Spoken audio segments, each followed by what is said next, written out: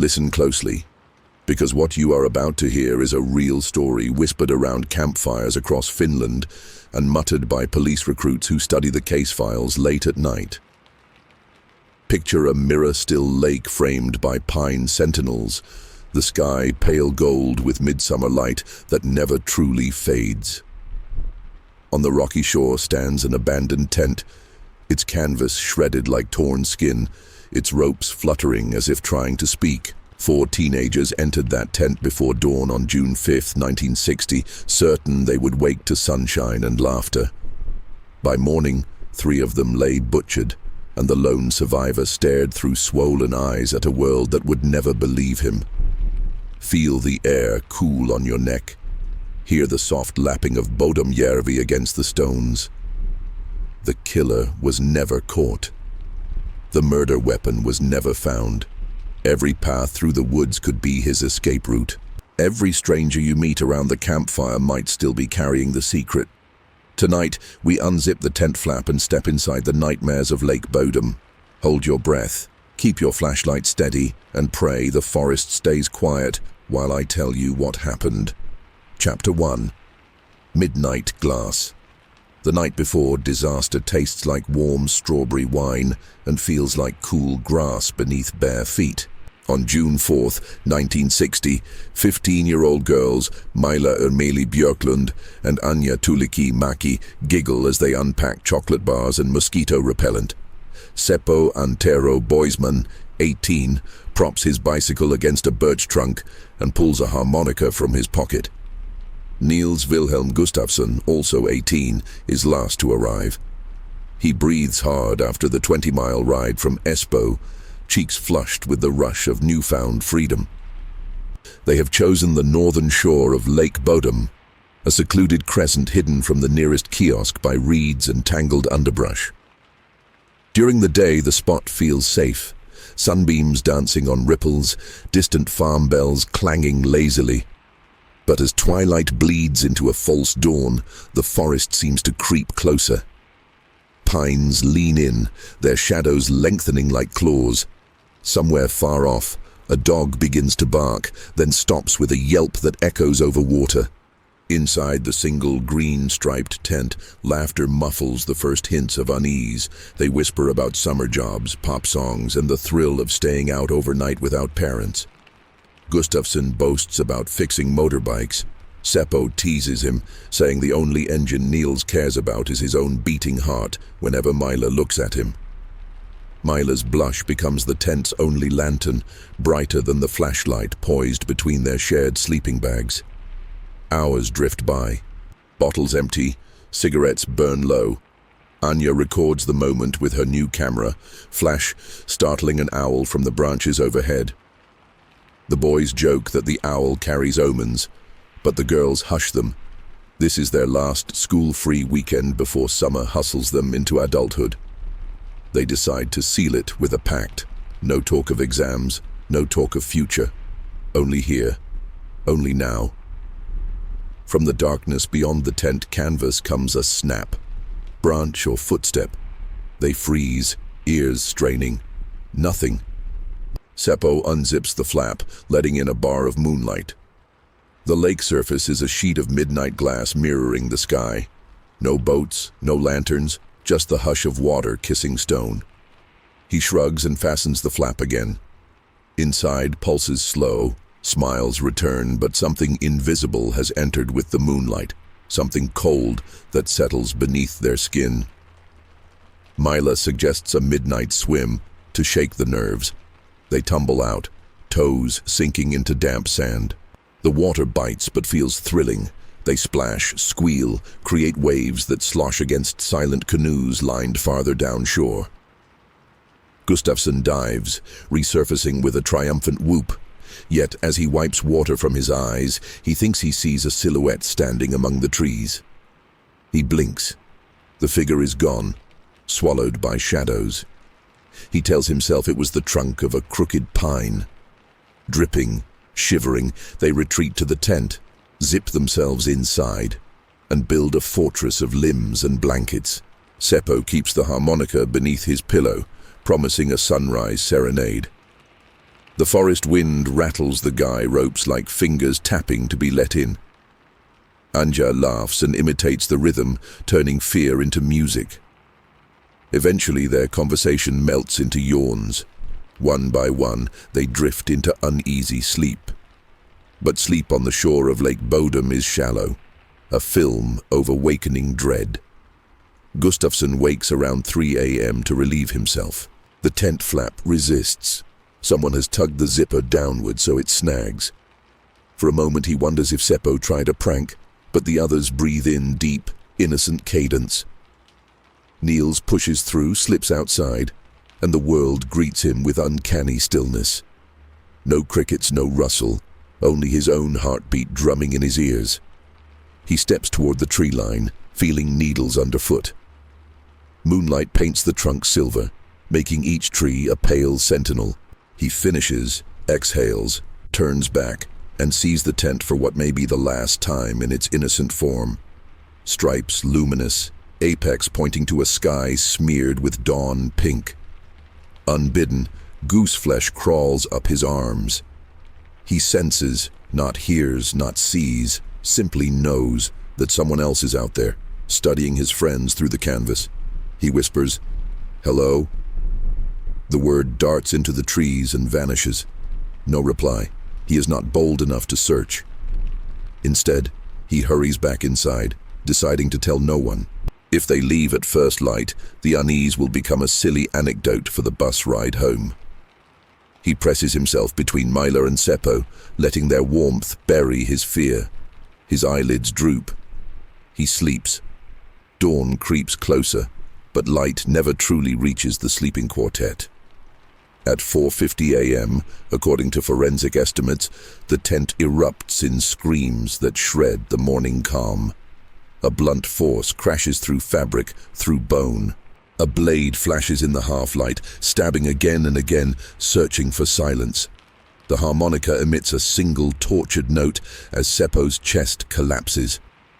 Maila's hand reaches for Niels, fingernails scoring his forearm before they loosen forever. Niels fights. He feels something crack, the killer's nose, his own jaw, then blackness floods his vision. Outside, birds explode into flight, carrying the horror skyward. The assault lasts minutes, maybe moments, maybe centuries. Time liquefies around blood-dark drops, soaking sandy soil. When the forest settles, only ragged breathing remains. The killer steps back, surveys the carnage, and does something no one can explain. He cuts the tent poles and yanks the canvas inward, cocooning bodies in mutilated stripes as if erasing the night itself. Then he slips through reeds toward the lake, footprints filling with cold water. Hours later, 2 young boys fishing for minnows spot the tangled green pile on shore. They laugh, thinking pranksters left trash. One boy lifts the canvas and drops it with a scream that echoes across Bodomjärvi, setting in motion a police investigation doomed before it even begins. Inside the ruined tent, Niels Gustafsson stirs. One eye is swollen shut. His jaw hangs at an unnatural angle. He tastes copper, smells raw earth, feels Myla's lifeless hair against his neck. A buzzing starts in his ears like billions of flies. He cannot stand. He cannot fully remember. He can only repeat one word over and over until rescuers arrive. Why? Chapter 2. Shattered Morning. Picture sunlight climbing the pines, dripping gold onto a scene of silent ruin. It is Sunday, June 5th, 1960. 11 a.m. when Constable Pekka Honkola finally parks his muddy Volvo PV544 beside the kilometer marker at Bodom Bay. He is the first law officer on site, a lone figure in creaking leather boots, expecting a drunken brawl or a stolen bicycle report. Instead, 2 sobbing schoolboys meet him on the gravel path and point with shaking hands toward the lake. Honkola ducks beneath low branches and steps into the clearing. The sight freezes him mid-stride. A green-striped tent lies flattened like a burst heart, its poles snapped into jagged ribs. From gaps in the canvas seep trickles of red-brown blood, already blackening in the heat. One corpse, later identified as Seppo Boisman, juts halfway out, neck bent at an impossible angle, eyes glazed sky blue as the summer sky. Honkala swallows hard, radio trembling in his grip. He makes the call for backup, but no one tells him how to keep curiosity at bay. Within minutes, fishermen paddle ashore. Local teenagers creep through reeds, and even picnicking families wander close, lured by rumor of a terrible accident. Footprints crisscross sand, cigarettes drop into moss, eager hands lift and drop evidence without thinking. Someone nudges an empty vodka bottle lying near the tent and jokes, "Looks like they partied too hard." The bottle spirals into the lake, never catalogued. When detectives Carlo Valgento and Arvo Penti finally arrive from Espoo, the crime scene already hums like an anthill. Reporters trail them, notebook pages snapping. The detectives shout for everyone to step back, but the damage is done. Shoe prints overlap, potential blood trails trampled. A set of motorcycle tracks erased by a delivery truck's deep treads. Valgento kneels beside the tent, lifting the canvas flap with tweezers. Inside, chaos glitters beneath sunbeams, shredded sleeping bags, coins scattered from a torn purse, the harmonica bent into a crooked smile. Anya Maki lies on her side, profile serene except for the deep puncture beneath her chin. Mila Björklund is worst of all, multiple stab wounds to neck and chest, some post-mortem as if the killer returned after silence to carve initials into the night. Yet her face remains strangely peaceful, hair fanned like a halo, one hand still clutching Gustafsson's shredded shirt. And Gustafsson himself? He sits propped against a birch a few meters away, wrapped in a wool blanket someone from the crowd offered. Blood mats his blonde hair. His lips are purple, eyelids swollen shut. When Valgento squats in front of him, Niels flinches as though struck again. "Do you remember?" the detective asks softly. Gustafsson opens the one eye he can still use. His voice is gravel. "A shadow. It opened the tent from the outside. It hit us. I fought. Everything went red. Then tears drown the rest. An ambulance finally arrives and ferries him toward Helsinki University Hospital, where surgeons will wire his jaw and stitch his scalp. Police promise to question him later, but memory, like the lake, will prove unfathomable. Back at Bodom, forensic techs unfurl tape measures and photograph gore, yet critical hours have slipped away. They note that the victim's shoes are missing, 4 pairs of sneakers vanished as if the killer collected trophies. Nearby, Valgento discovers a blood-spattered rock the size of a grapefruit, likely the blunt weapon. He bags it, unaware that handling it bare-handed has smeared latent prints. A rusty Fisker's sheath knife turns up under pine needles, corroded and blood-free. A red herring that will tangle records for decades. By 2 p.m., the sky grows crowded with black-winged flies and black-suited officials. The National Bureau of Investigation, NBI, deploys agents with clipboards. They question hikers, bikers, campers. Witness statements braid into contradiction. A birdwatcher claims he saw a pale man in a dark suit rowing away at 5 a.m. A kiosk clerk insists a burly blonde foreigner bought ice cream at dawn, shoes smeared with mud. 2 teenage girls swear they heard angry Finnish mixed with Russian shouted from the lake around 4 a.m. Every testimony collides with another, and always the crowd grows. A local newspaper photographer persuades Valgento to let him shoot inside the tent for historical record.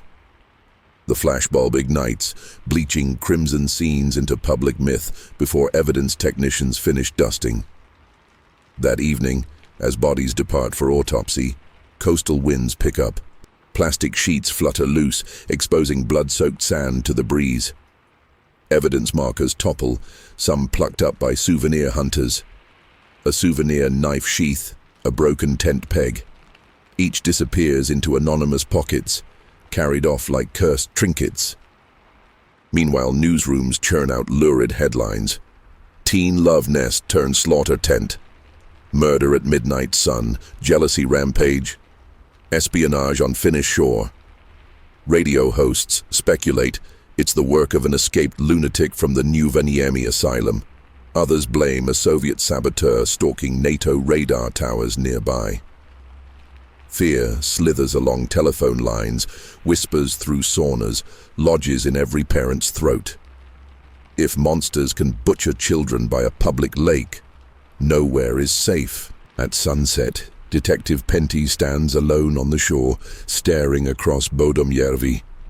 The water glows the color of old copper under a bruised sky.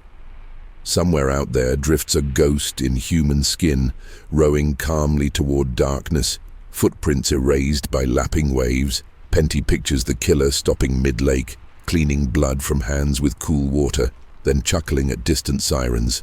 He vows to flood the forest with officers come dawn, to drag the lake bed for weapons, to knock every door within 50 kilometers. Yet beneath that vow throbs grim certainty. Their quarry has already melted into the everyday world, shopping for bread, tipping his hat, polishing somebody else's shoes. Night falls and the tent, now bagged and tagged, rides a truck toward HQ. Wind ripples the lake one last time before calm returns.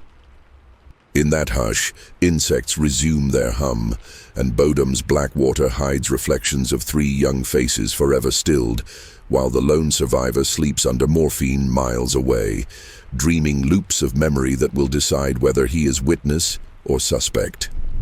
Chapter 3. Echoes of the Kiosk-man. The following Monday dawns grey and airless, as if the sky itself refuses to breathe over Bodom Järvi.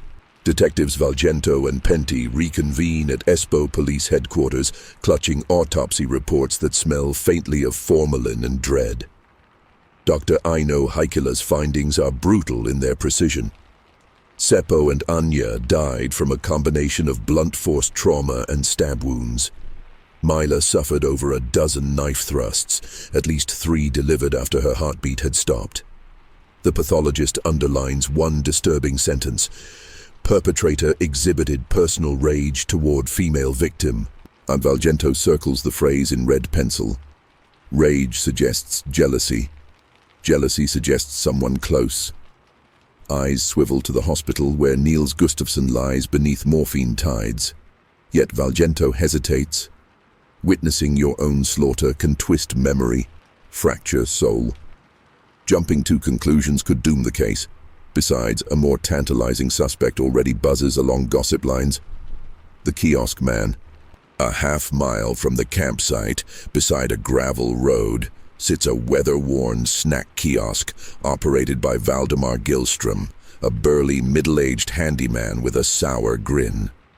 Locals whisper he hates teenagers, especially those who litter his beach with beer bottles.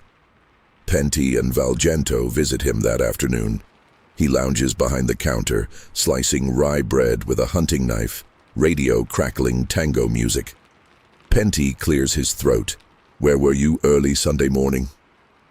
Gillström wipes crumbs from his mustache. In bed with my wife, where respectable men sleep. His eyes, cold as Bodom's depths, never waver. Yet Valgento notices fresh scratches on his left forearm, half hidden beneath a rolled sleeve. They inspect his property. A shed stacked with fishing gear, tar-stained gloves, a dented aluminum boat pulled onto reeds. No blood, no shoes, no torn canvas. Still, neighbors whisper that days earlier he chased campers with a stick, yelling, "I'll teach you brats to keep quiet." It's enough to earn him a place on the growing suspect board, a sea of faces connected by red string that crisscrosses like veins in a monster's wing. While detectives chase rumors, search teams comb the forest with Alsatian dogs. On the 3rd day, they discover one of the missing sneakers wedged under a log, almost half a kilometer east of the campsite. The sole is slashed as if by knife tip. A meter farther, a second shoe, Mailer's white canvas, lies half buried in moss, laces tied neatly together. Why remove footwear post-mortem, then scatter it like breadcrumb clues? Valiento photographs the eerie tableau, feeling the woods watch him in mute glee. At 6 p.m., thunder rolls, shaking pine boughs. Officers retreat, but one dog, a young bitch named Satu, bolts toward the water's edge and barks frantically. Handlers follow and find, floating face down beneath lily pads, a sodden patch of khaki fabric. When lifted, it reveals itself as a folded military rain cape, standard Soviet issue. Inside its pocket, zipped tight, rests a rust-speckled switchblade and a Soviet kopeck coin minted 1958. Headlines explode again. KGB shadows lurk at Lake Bodom. Cold War knife butcher. Yet the knife's blade proves too clean, untouched by blood, edges dulled by years in water. Experts argue it could have washed in from an army surplus dump upriver. But fear is a fire that spreads faster than fact. Soon every Russian-speaking laborer in southern Finland feels eyes burning holes in his back. In the hospital, Gustafsson wakes from surgery, jaw wired shut, eye bandaged. Detectives arrive with a stenographer and a hypnotist, hoping to pry open memory's locked door. Ethereal music hums from a bedside radio as Dr. Helena Martikainen lowers her voice to a mesmerist rhythm. "Imagine the tent," she whispers. "Hear the wind. See the zipper slide open." Niels's fists clench. His pulse climbs. Through clenched teeth, he mutters, "I see two eyes. They shine like glass. Then a fist." He jerks. Monitors beep. Nurses rush in. Session terminated. All they glean is a single haunting image, eyes like glass reflecting flashlight beams. Word leaks that hypnosis failed, fueling theories that Niels fakes amnesia to hide guilt. Newspapers print side-by-side photos, Gustafsson bruised and bandaged, Gillstrom scowling behind his kiosk. "Which man murdered the campers?" asks one tabloid, selling out in hours. Pressure escalates. Parliament members demand results. Penty pushes for arrests. Valiento pleads for patience. Behind closed doors they argue, voices echoing down marble corridors. Outside, Bodom remains a tourist magnet for the morbid.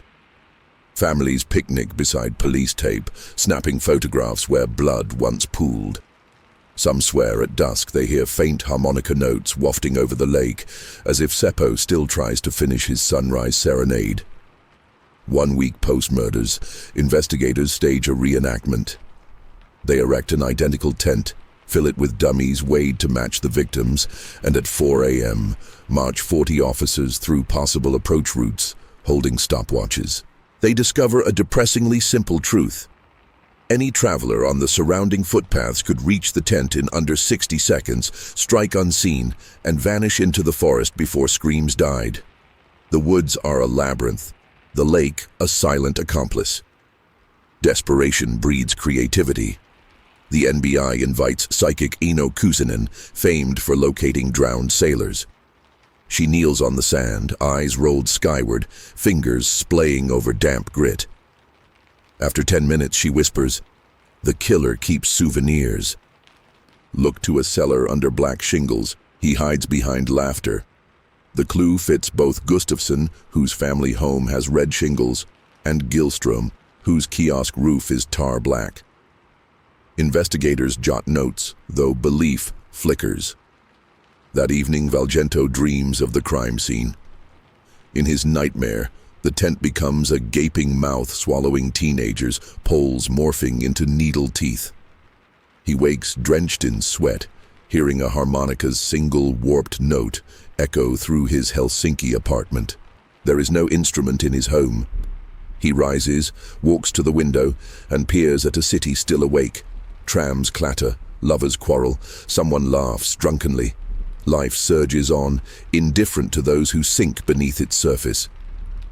The next morning, a letter arrives, postmarked Turku, no return address. Inside, a single Polaroid, Gustafsson as a child, grinning beside a bicycle. Scrawled on the photo in red ink, "The wolf hides in wool." Police track down Gustafsson's childhood neighbor, who claims her photo album was stolen years earlier.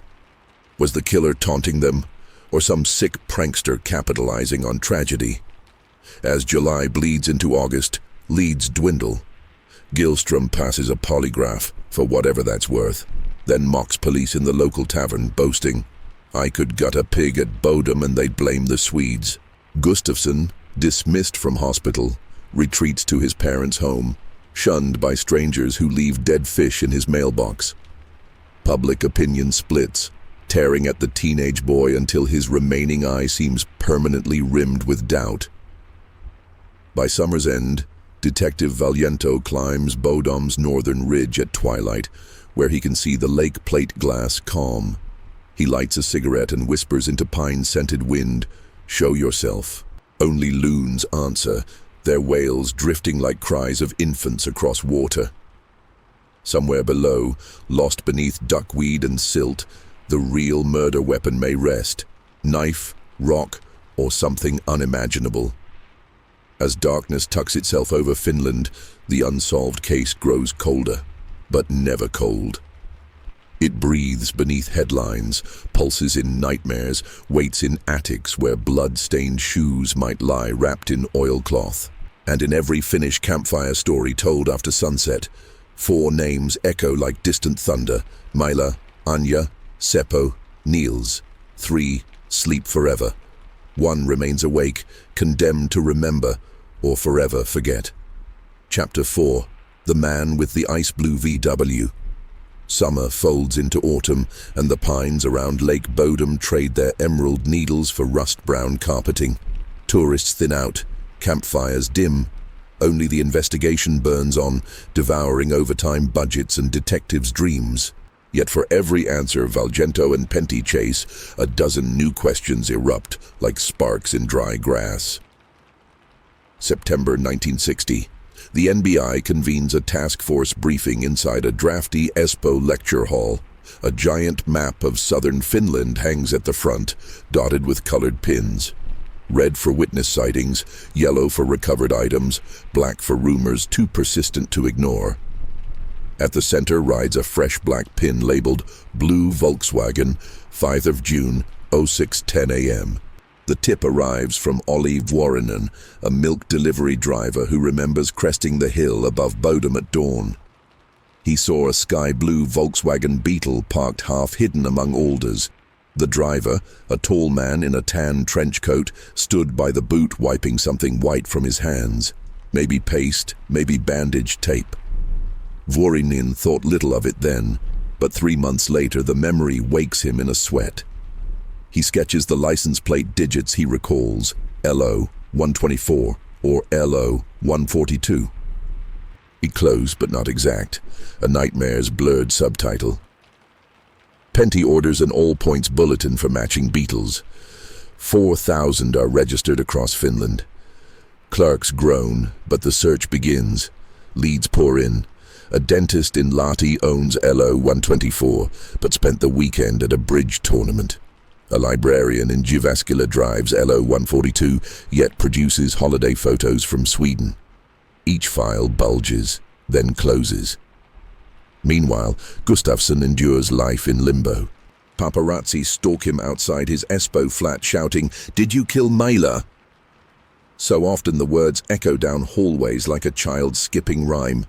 Friends avoid his gaze. Strangers rip flyers for local rock concerts and slap them over his windows, thin paper shields against collective suspicion.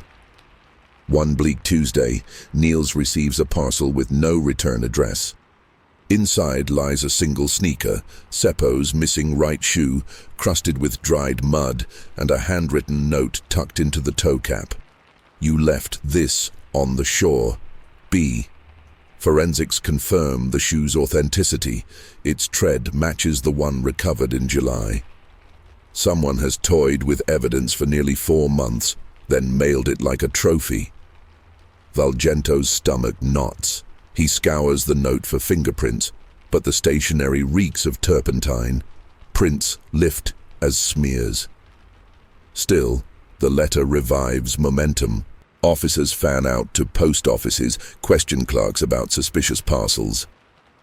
An elderly sorter recalls a man with coal-black hair, heavy accent, smelled of linseed oil.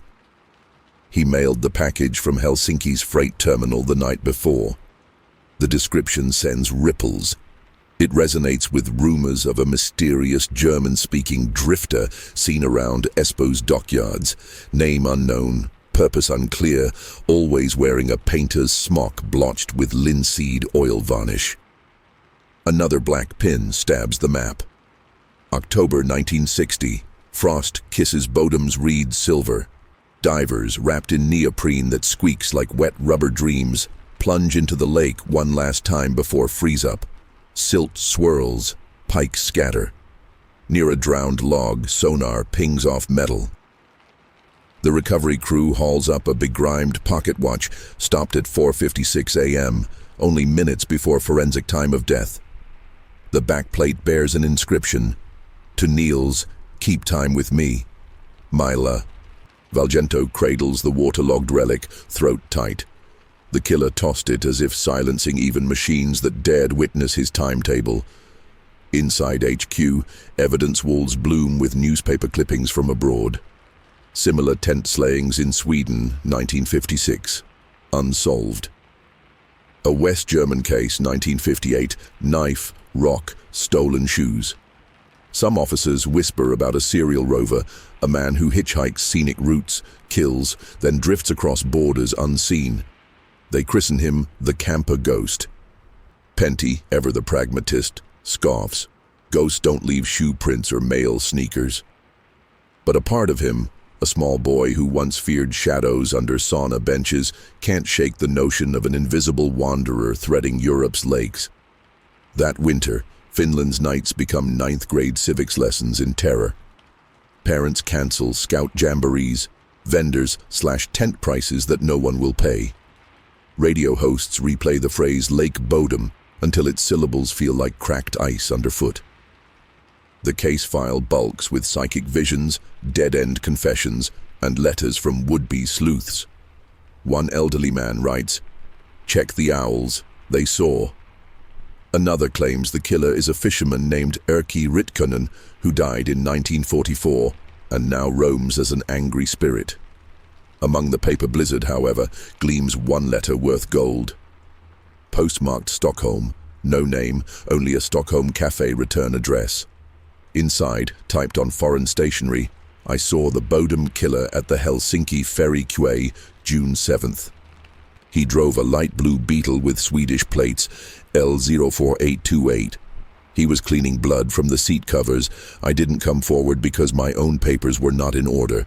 Do what you want with this."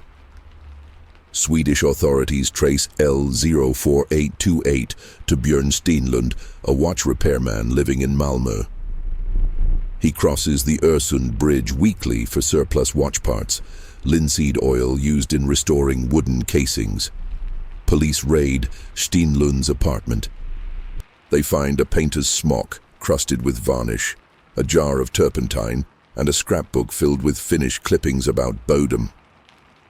In his basement locker sits a tin box containing 4 pairs of youth sneakers, each label cut away. Interrogated, Stenlund explains, "I collect items from flea markets. People know I fix watches, they sell me junk." He blinks icy blue eyes, the shade of midsummer sky over Bodom. Detective's note scratches on his hand, and a healed scar across his nose bridge. Under bright lamps, he states he spent June 5th painting a church boat in Hanko with parish volunteers. Swedish police confirm the alibi. Photos show him among jovial carpenters at 10 a.m. Yet the timeline leaves the dawn hours unaccounted. Finnish NBI requests extradition. Sweden hesitates, and diplomatic cables tangle for weeks.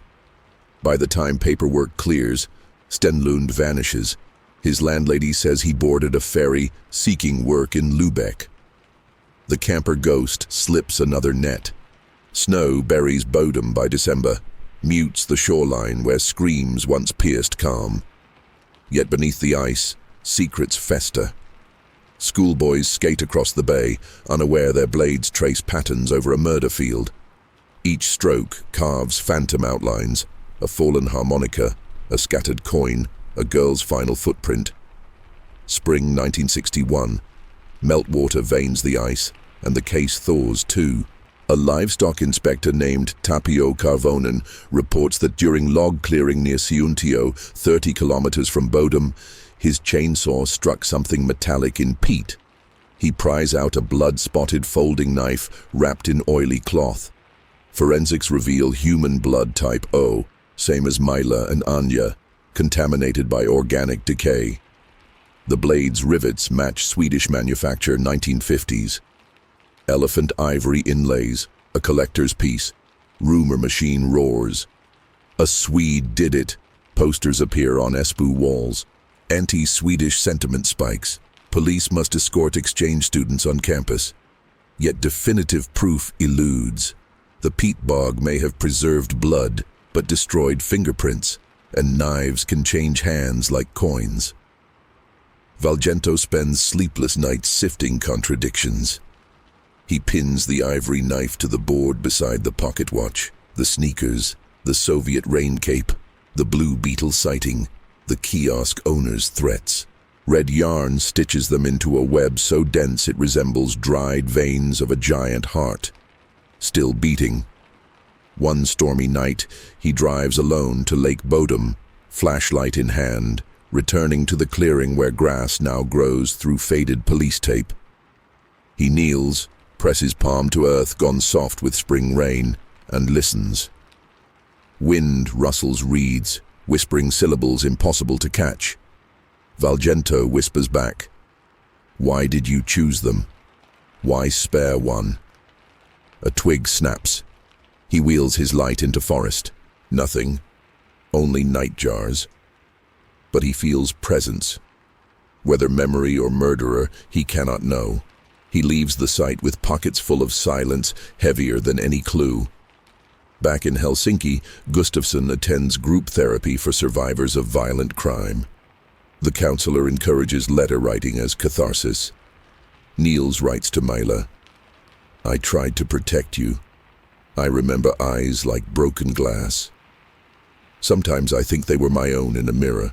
He shoves the letters under his mattress, ink bleeding every time rain leaks through cracked window panes. June 1961, 1-year anniversary.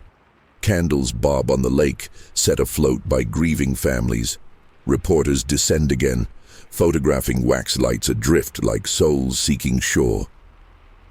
Among the crowd stands an elderly woman with binoculars, claiming she spotted a man in a tan coat lurking among stones before slipping into a Volvo and speeding off. License plate. She only saw the first 2 letters, LO. It is enough to reignite the Beetle rumor, though everyone knows the difference between a Beetle and a Volvo, unless fear blurs silhouettes. As year 2 dawns, case funding dwindles. Politicians label it intractable. Some files move to archives.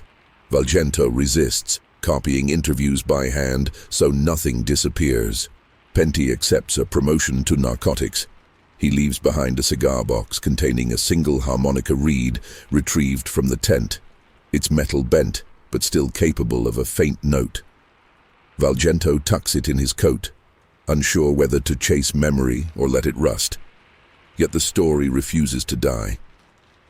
Children dare each other to camp at Bodom, claiming a voice whispers, "Why?" outside tents at night. Tour guides sell schematics of murder scene footprints. And somewhere on Europe's roads, a pale man drives under headlights, dashboard glinting off a watch stopped at 4:56 a.m. He hums a broken harmonica melody through his teeth, always slightly off-key, as if playing alongside a scream.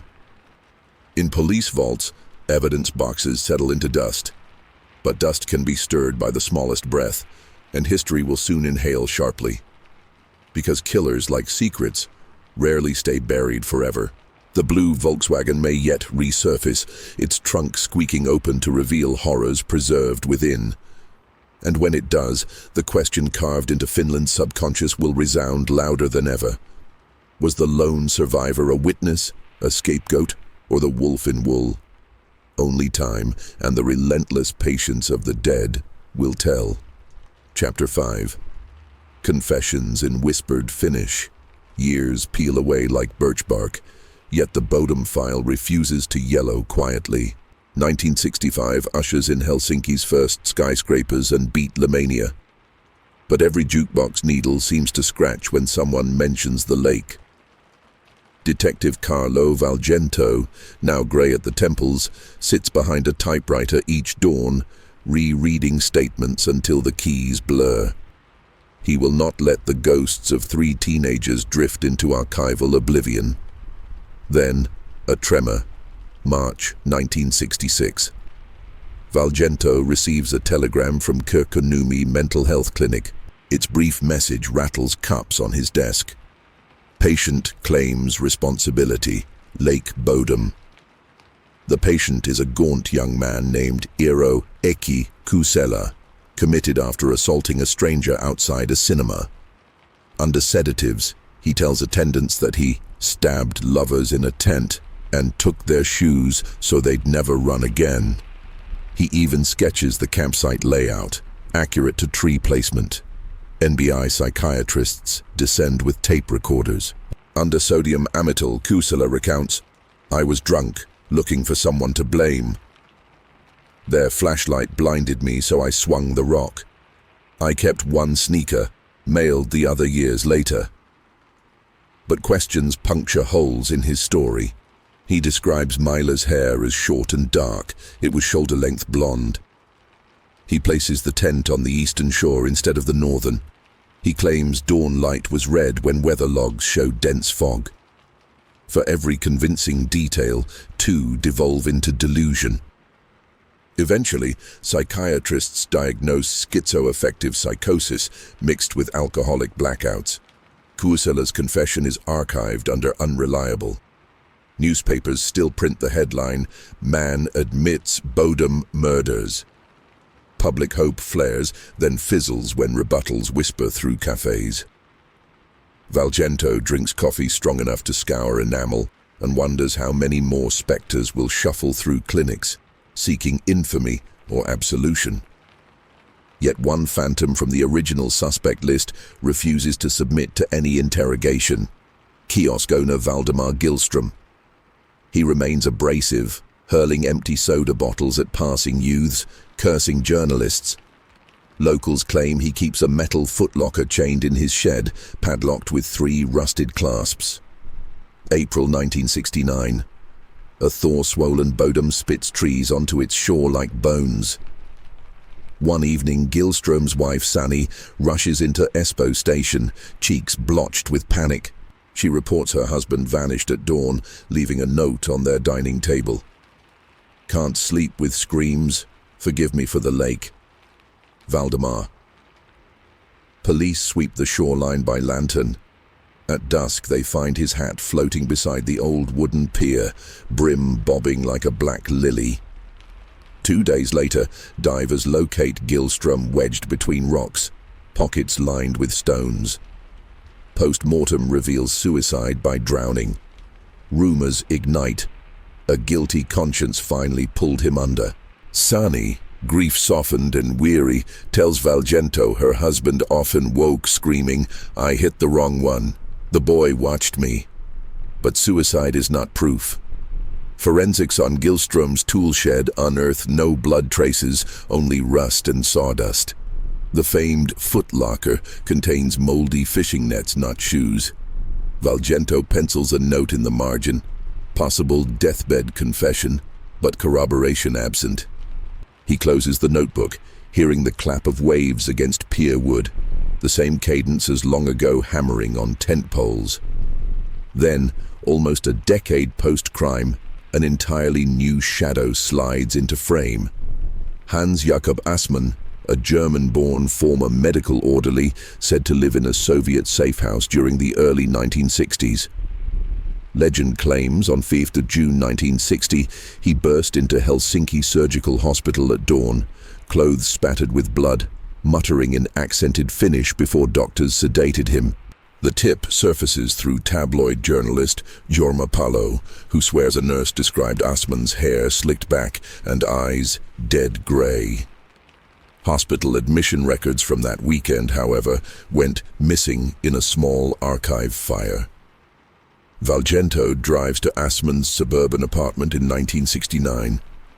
The man, now balding, opens the door wearing slippers shaped like cartoon bunnies, an unsettling contrast to his stone-cold gaze. He claims he spent June 1960 at home trimming roses. His Finnish wife corroborates. Yet rose thorns can't explain healed scratch scars along his forearms. Nor does he answer why a sky-blue Volkswagen Beetle sits half-dismantled in his garage. The license plate reads LO128, tantalizingly close to the milkman's half-remembered digits. Assman flashes a grin too wide, invites detectives for schnapps, but politely refuses fingerprinting. Regulations of the era grant him that right. Without warrant or confession, they leave empty-handed. Nevertheless, Valgento tacks Assman's photo, those colorless eyes, onto the board. A new strand of red yarn snakes toward the Beetle clue. 1970s. Finland modernizes. Color television beams ski victories and Eurovision songs into living rooms. Yet many click the set off at 3 a.m., sure they hear wind buzzing like a harmonica reed. The Bodom file thickens with whistleblower letters. One bartender claims Assman bragged he scared kids at lakes. A trucker remembers driving him near Espoo the morning after the murders, Beetle trunk rattling. But then a curveball. 1972, coastal police dredge a harbor in Turku and recover a rusted briefcase sealed by corrosion. Inside, Swedish passports, fake IDs, and an ivory-inlaid folding knife bearing partial fingerprints eaten by salt water. Lab techs overlay the faint ridges with prints taken from Assman in 1963 for a minor theft. 35 points match, insufficient for court but enough to chill spines. Near the knife lies a shutter-corroded review camera, film long dissolved, but engravings on its base plate read, Hyvinkää Photo Club, owner, say Boisman. Seppo's stolen camera, thought lost forever, now resurfaces miles away, lodged in smuggler mud. The press spins. German spy, possible Bodom killer. Yet again, statute limitations on lesser thefts and mishandled evidence hamper prosecution. Assman sues a newspaper for defamation and wins. He moves north, melts into Lapland forests, occasionally spotted at gas stations humming Finnish tango through crooked teeth. Back at HQ, Valgento's breath shows frost indoors. Budget cuts left heating sputtering like dying campfires. He clutches a teletype from Interpol. Swedish police recovered Stenlund's body in Lübeck, apparent hit and run. On his person, 2 Finnish kopeck coins and a train ticket to Espoo dated the following week. Did the camper ghost plan to visit the scene one more time? Or did someone cancel the reunion permanently? Meanwhile, Niels Gustafsson tries to live. He takes factory work crafting aluminum window frames. Machines hiss like distant waves. Every slam of press metal recalls a tent pole snapping. He marries quietly in 1973, but neighbors mark their calendars. The wedding church sits an eerie 12 kilometers from Bodom. During reception, someone scrawls, "Blood on your hands," on his Lada's windshield in lipstick. The couple relocates twice within a year. Therapy sessions record Niels's recurring nightmares. Myla stands on the lake, barefoot, holding out a sneaker. When he reaches, her throat opens in a smile of red light. Doctors prescribe tranquilizers, but memory is immune. On sleepless nights he walks outskirts of Espoo, tracing bicycle routes he once rode as a carefree teen. Streetlights buzz, moths die against hot glass. He whispers apologies to the dark. 1975. A new generation of detectives forms the cold case review board. Computers the size of wardrobes crunch witness statements into punch cards. They flag contradictions unseen by human eyes. The birdwatcher and milk driver times a line imperfectly. 10-minute gap perhaps capturing Beetle's departure and Volvo's arrival. The software suggests a route. Bodom Shore, Kilo Forest Track, Ring Road. exact path Assman used daily to his carpentry job. The board re-interviews Assman, now drained by alcohol, fingers yellowed. He jokes, "You people been chasing Santa Claus for 15 years. Then he leans close enough for them to smell schnapps and whispers, "If I killed those kids, you'd never prove it. I was trained for better things." He sits back, eyes glittering with perverse triumph. But aging boogeymen sometimes trip on mundane pebbles. Late 1975, Assman drives drunk into a ditch during a blizzard. Police tow his Beetle to impound. An officer, curious about the legend, pries up rotting rear seats. Wedged beneath, he finds a folded green canvas strap, the kind used to secure tent poles. One brass grommet still bears an imprint of blood, long oxidized to chocolate brown. Laboratory tests, far more advanced now, confirm human blood, type A positive, Myla's type. Media erupts again. Yet chain of custody snarls. No proof the strap was in the car before impound. Defense attorneys howl contamination. Prosecutors balk. Valgento slams files shut so hard his glasses jump.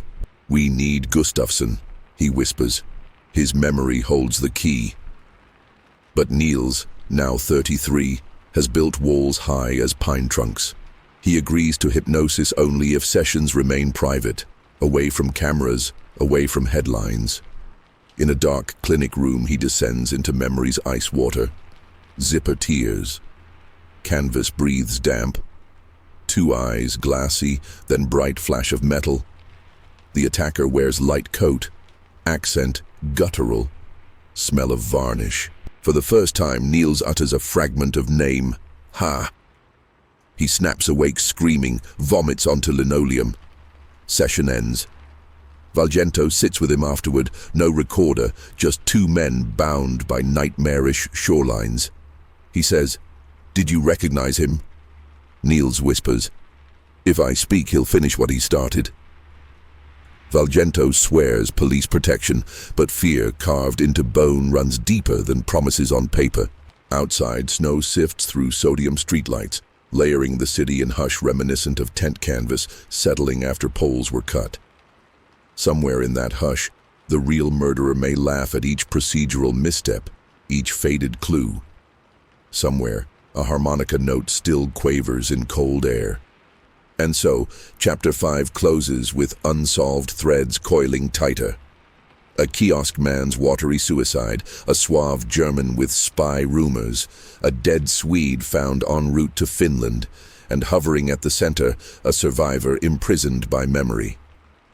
The Bodom case resembles its own lake, calm on surface, abyssal underneath, reflecting every investigator who dares peer into it with a distorted version of themselves. Yet the past is about to crack open once more.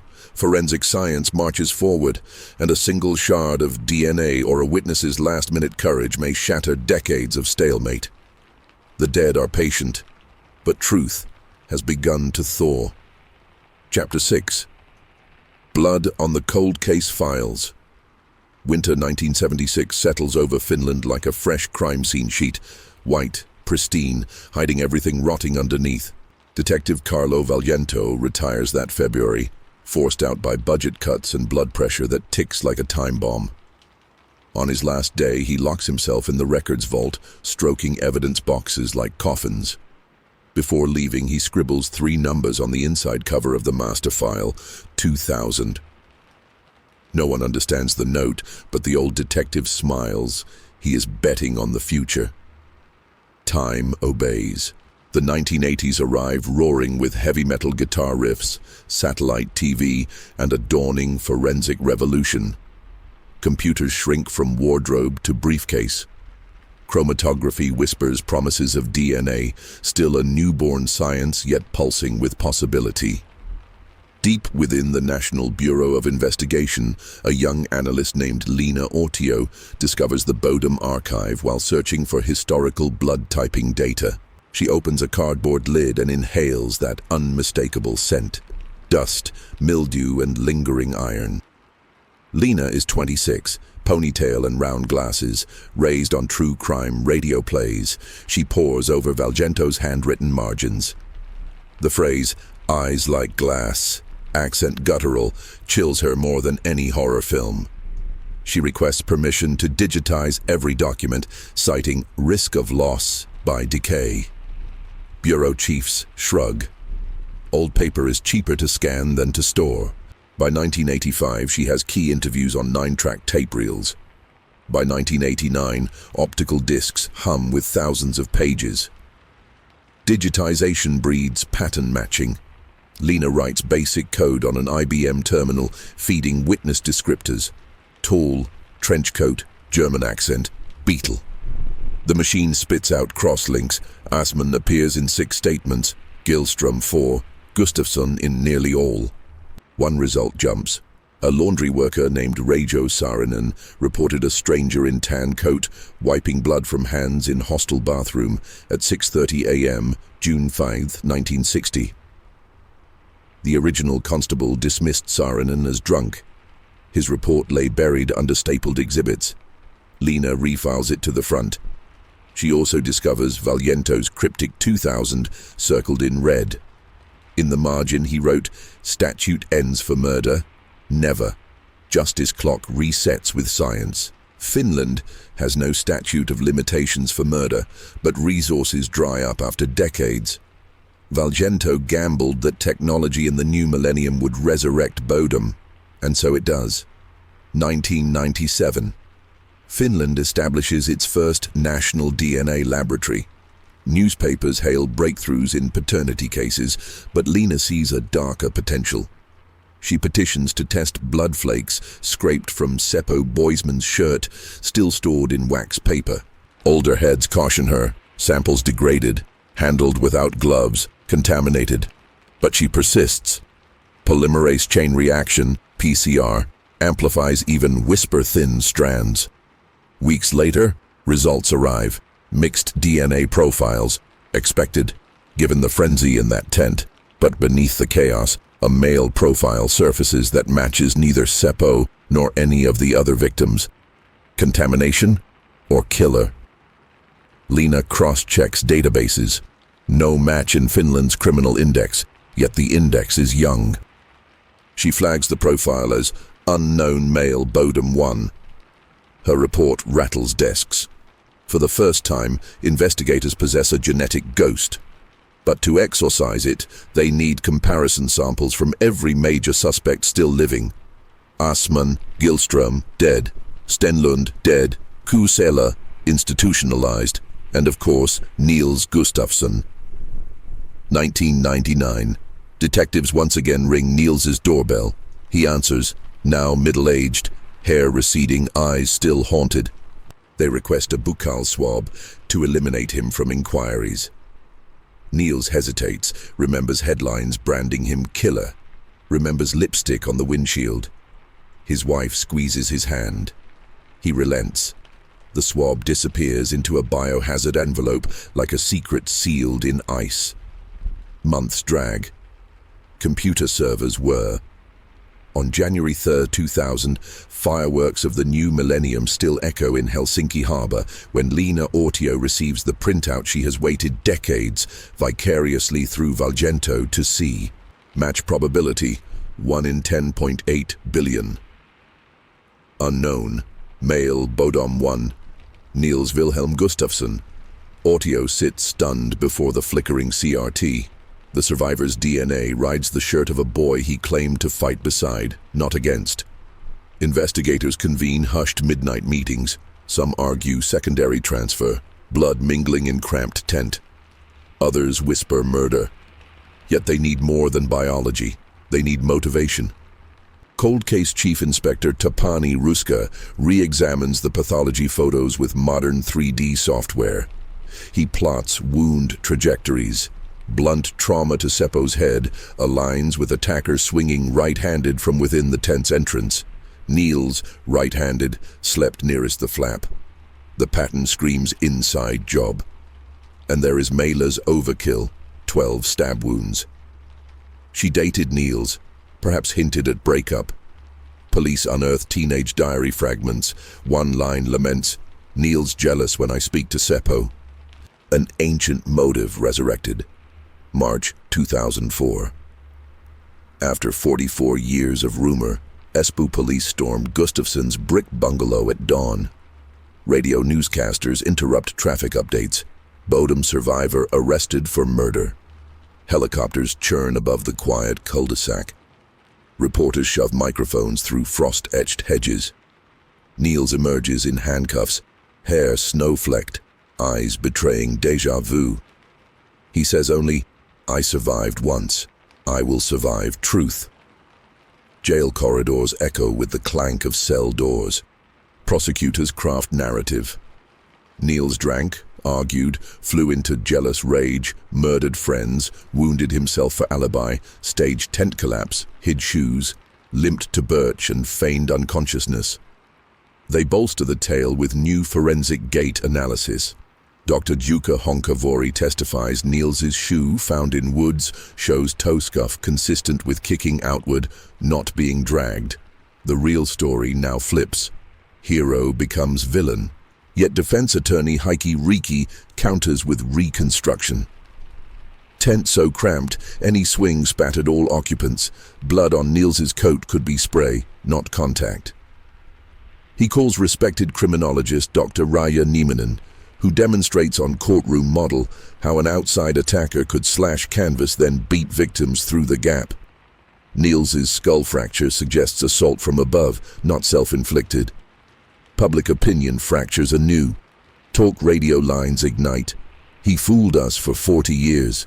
Versus, "State scapegoats a traumatized man." Candlelit vigils for Mila, Anya, Seppo flicker beside rallies chanting, "Free Niels."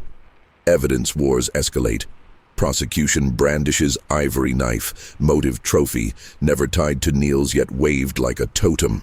Defense reveals lost chain of custody forms, objects to virtually every physical exhibit.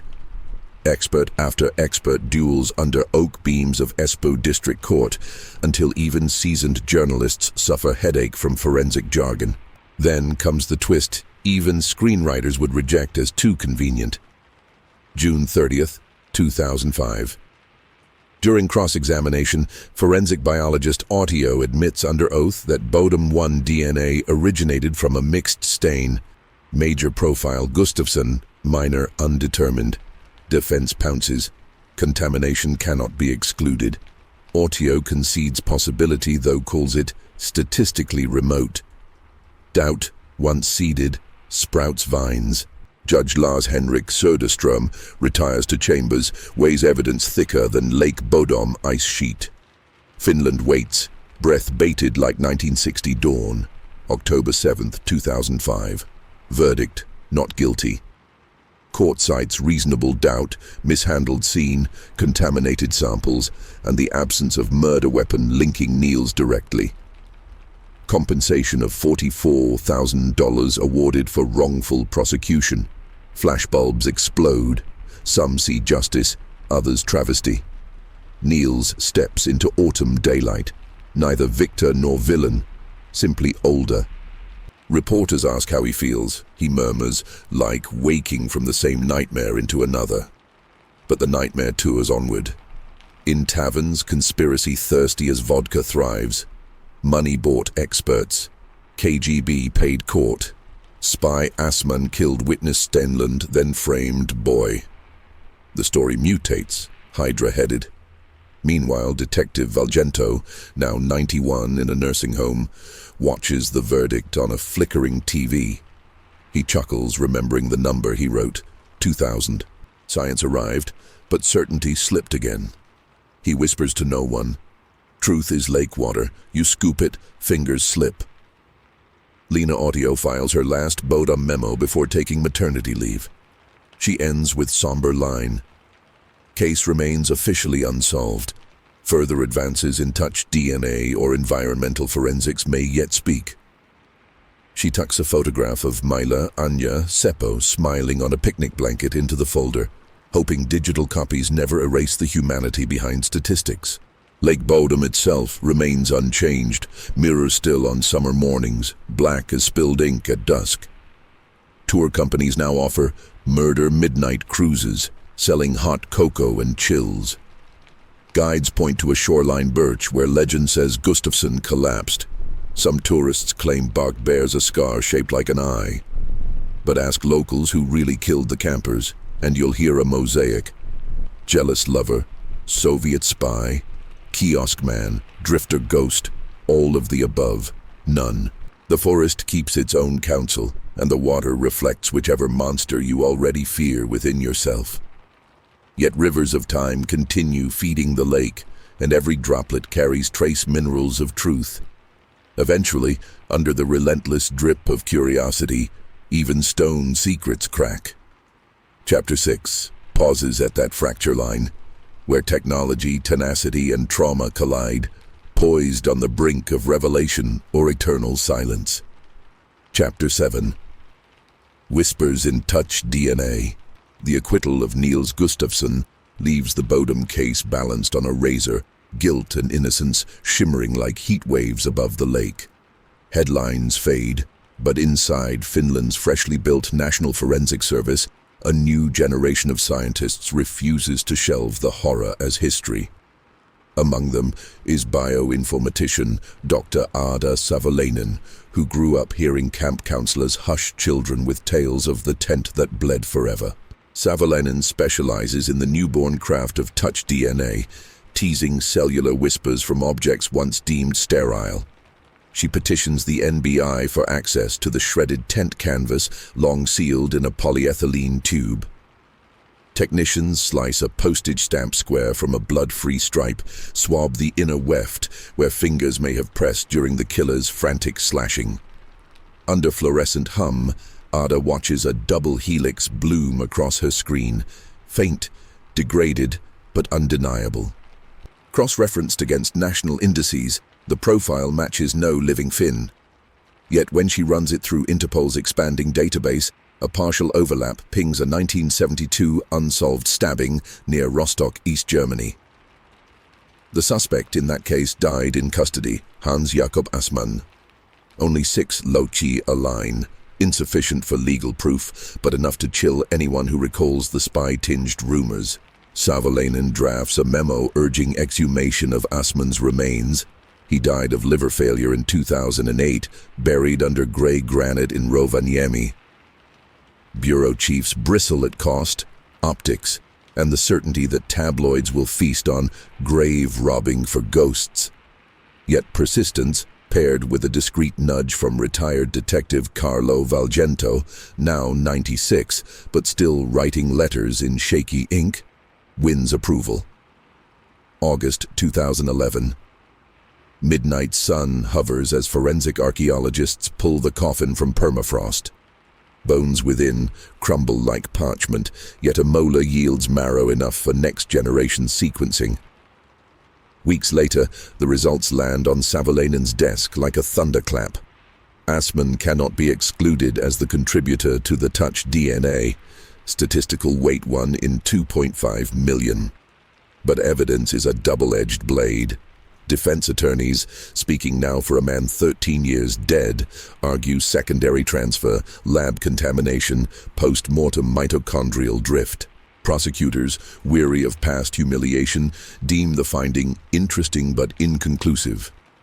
The lake exhales a sigh of almost revelation, then swallows proof once more. Meanwhile, citizen sleuths armed with drones and ground-penetrating radar wage their own war against oblivion. One autumn afternoon, a hobbyist pilot spots rusted steel glinting beneath silt in a reed-choked cove 2 kilometers from the murder site. Divers retrieve a war-era entrenching tool, part shovel, part axe, its edge fractured, its handle wrapped in perished rubber bearing German arsenal stamps. Cold case historians note similar tools issued to medical orderlies in Soviet-occupied hospitals where Assmann once worked. But steel sat underwater half a century, every blood protein long leached into mud. The discovery rekindles old hatreds. Neo-nationalist blogs accuse the state of shielding communist killers. Russian media counters that Finland frames ex-Soviets to feed its horror industry. For a second time, the real story of 3 murdered teens becomes a geopolitical football, kicked across comment sections glowing with midnight vitriol. Amid the digital din, Gustafsson, now 66, arthritic, retired, returns to Lake Bodom in secret.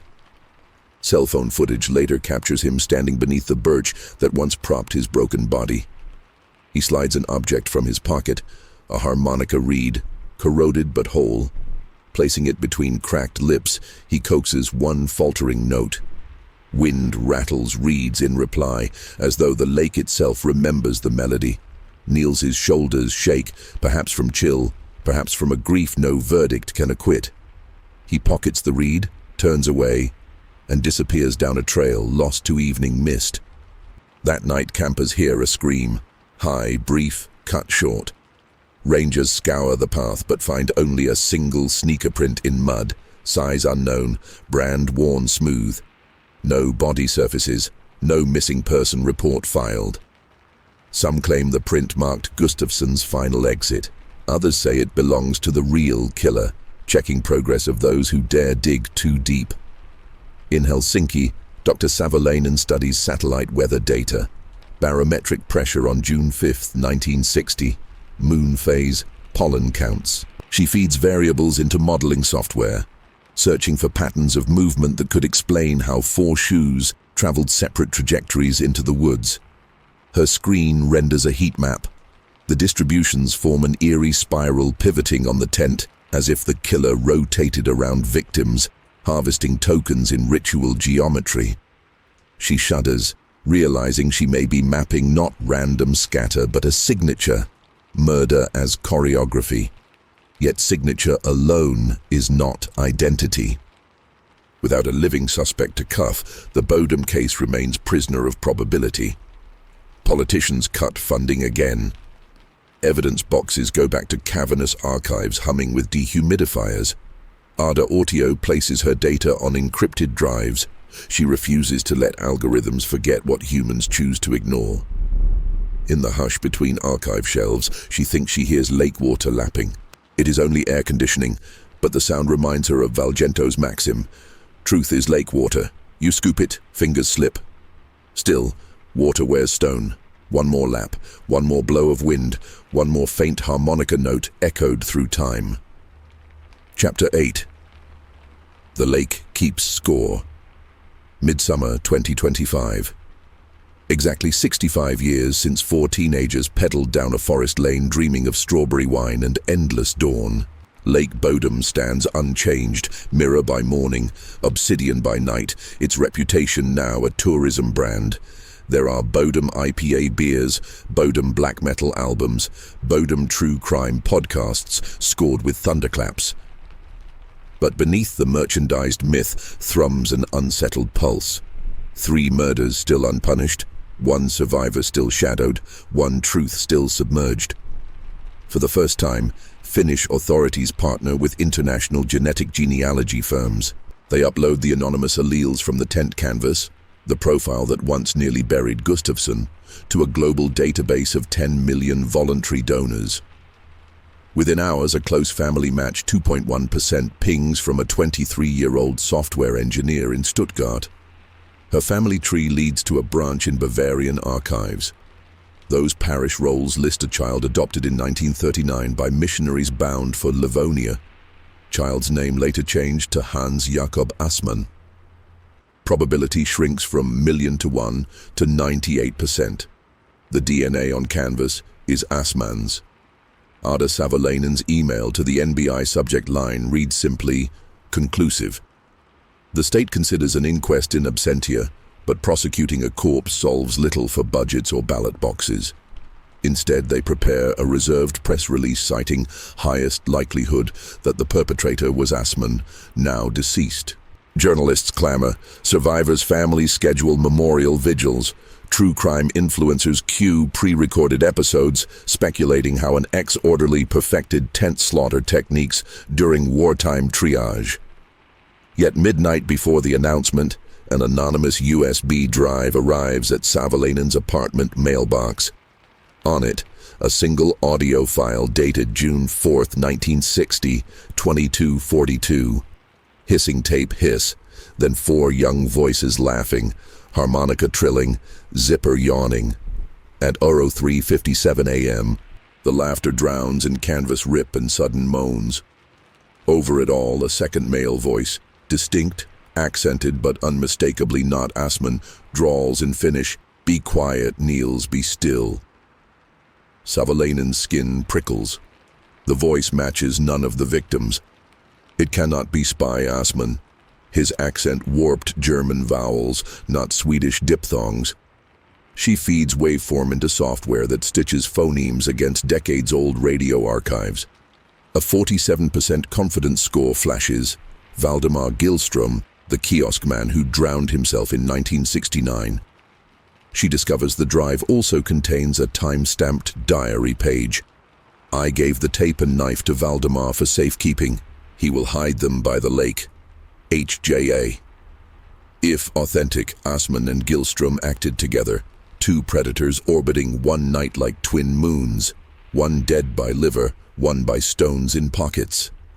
Justice still cheated. Morning breaks over Helsinki, tinted strange, like camera film half exposed. Savalainen phones the NBI duty officer. By the time she reaches HQ, the USB has vanished from her satchel. Zipper sliced open with surgical precision. CCTV catches only a tall figure in a tan coat, blending into commuter flow. The press release goes out unchanged. Perpetrator most likely deceased Hans Jakob Asman. Ada watches cameras flash, feels lake water seeping unseen across marble floors. She knows the story has twisted once again into braid of certainty and shadow impossible to untangle. 2 killers, accomplice, copycat. The lake keeps score privately. It lets surface dwellers scratch answers onto headlines, while its black ledger records deeper truths no one will read. That night, thousands gather on Bodom's north shore carrying paper lanterns. They float candles onto glass-calm water. Flames drift like luminous souls. Ada stands among them, whispering apologies to 3 names carved on memorial stones. Wind nudges pine branches. A harmonica note, impossible thin, threads through the hush. Some claim they see 4th lantern far out, bobbing where no boat drifts, light held by unseen hand. Then a breeze snuffs every flame, plunging shore into darkness, thick as 1960. Phones flicker backlights, but one by one batteries die. Gremlins of coincidence or something older. In that perfect black, a voice, not amplified, not recorded, breathes from reeds. Why? The same single word that Gustafsson croaked from broken jaw 65 summers ago. Campers flee, dropping lantern bags and beer cans. When rangers sweep area at dawn, they find only footprints swirling in spiral pattern. Exact geometry, Savalainen mapped on her heat map model. The lake has copied its murder signature in shoes and sand, as if reminding, "I was witness, I am executioner, I remain judge." Officially, the Bodom murders close with a name engraved on file covers. Asman, Hans Jakob, deceased. Unofficially, the case persists in each ripple that disturbs glassy water, in every owl cry that startles midnight swimmers, in every squeak of tent zipper echoing through Finnish forests. Truth survives in fragments, a rusted entrenching tool, blood sun-faded on tent cloth, a harmonica reed tucked inside a dead man's coat. And sometimes on nights when the moon hovers like a knife edge above Bodomjärvi, witnesses swear they see 4 teenagers dancing on the shoreline, 2 boys, 2 girls, laughing beneath starless sky while a trench-coated figure wades ankle-deep behind them, holding a pair of sneakers like puppets on strings. But when flashlights swing, the shoreline returns to stone and wind. The lake keeps score, and scores are never settled. You have just listened to The Lake Keeps Score. A real story carved into Finnish soil and echoed through 6 decades of cold case obsession. If the tale chilled your bones, share it with someone who still dares to camp beneath pine silhouettes. And subscribe to Crazy Real Horror Stories so you never miss the next nightmarish legend lurking in the shadows of our world. Remember to keep your lanterns close, your tent zippers locked, and your ears open, because the moment you hear a single harmonica note drift across a silent lake, it may already be too late.